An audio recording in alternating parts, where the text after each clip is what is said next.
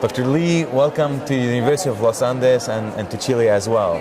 So what is the advantage of using such innovative therapy, cell therapy or stem cell therapy versus the routine or the what's available therapies? So a lot of stem cell or cell therapy products are being developed by commercial companies as well as some academic groups in more earlier stage R&D.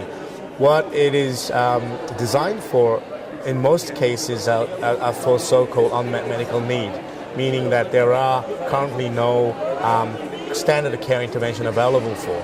So these types of things would be degenerative conditions or diseases such as osteoarthritis or some neurodegenerative conditions such as Parkinson's or Alzheimer's, where all these a big need in those clinical areas where there is no available therapy is in existence for. CAR-T-stem is a product, it's a cell product that is certified by the Korean FDA to be used in Korea in osteoarthritis. That is currently the status. So what about the other countries? What is your expansion plan? Yes, so the expansion plan for different regions of the world is different. So first of all, because these cell therapy products, especially the allogenic type, which the CAR-T-stem is for, is very highly regulated in those countries where the regulatory framework does exist for some products like this. There's only really 5 or 6 countries in the world that has regulatory framework imposed by regulatory agencies. Majority of the other countries don't either have a framework or they don't have a route for importing or approving such products. So our expansion plan globally is to really work with those countries that has a regulatory framework in place.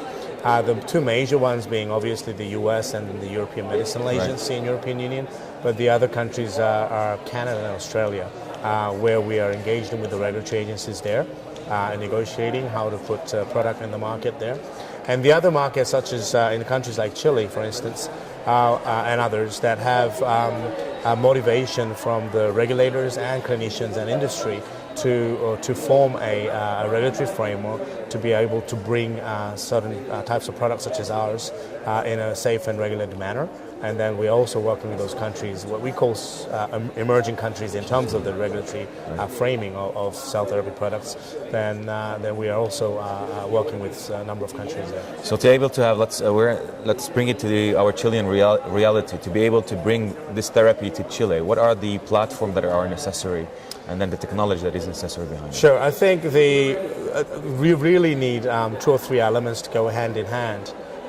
One, the foremost element that you require is some sort of regulatory framing or a regulatory guideline that is imposed by your regulatory agency in Chile, because you need a standard for companies and or physicians to be able to guide themselves in what standards, both in terms of safety and quality of the product, to provide it as a medicinal product for general public. So one of the most important things is a regulatory framework and guideline.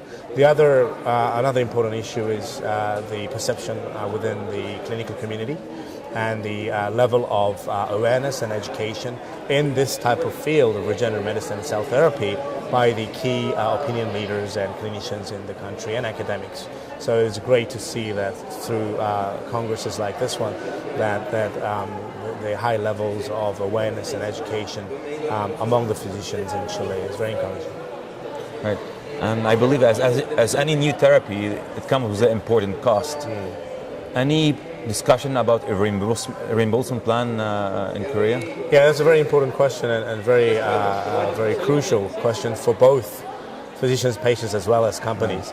The product at the moment is not reimbursed by the national health insurance in Korea, and we are in the process of speaking with a national payer, which is part of the national healthcare system in Korea. That takes time, and because the health insurance payers generally are more interested and have more focus on health economic data rather than clinical efficacy alone. Okay. So one needs to establish a mid to long term benefit and be able to demonstrate that through socioeconomic consequences, potentially long term. And so that's taking time because we've been on the market for 2.5 years and we are slowly building that profile and the clinical as well as economic data. So generally it'll take some more time.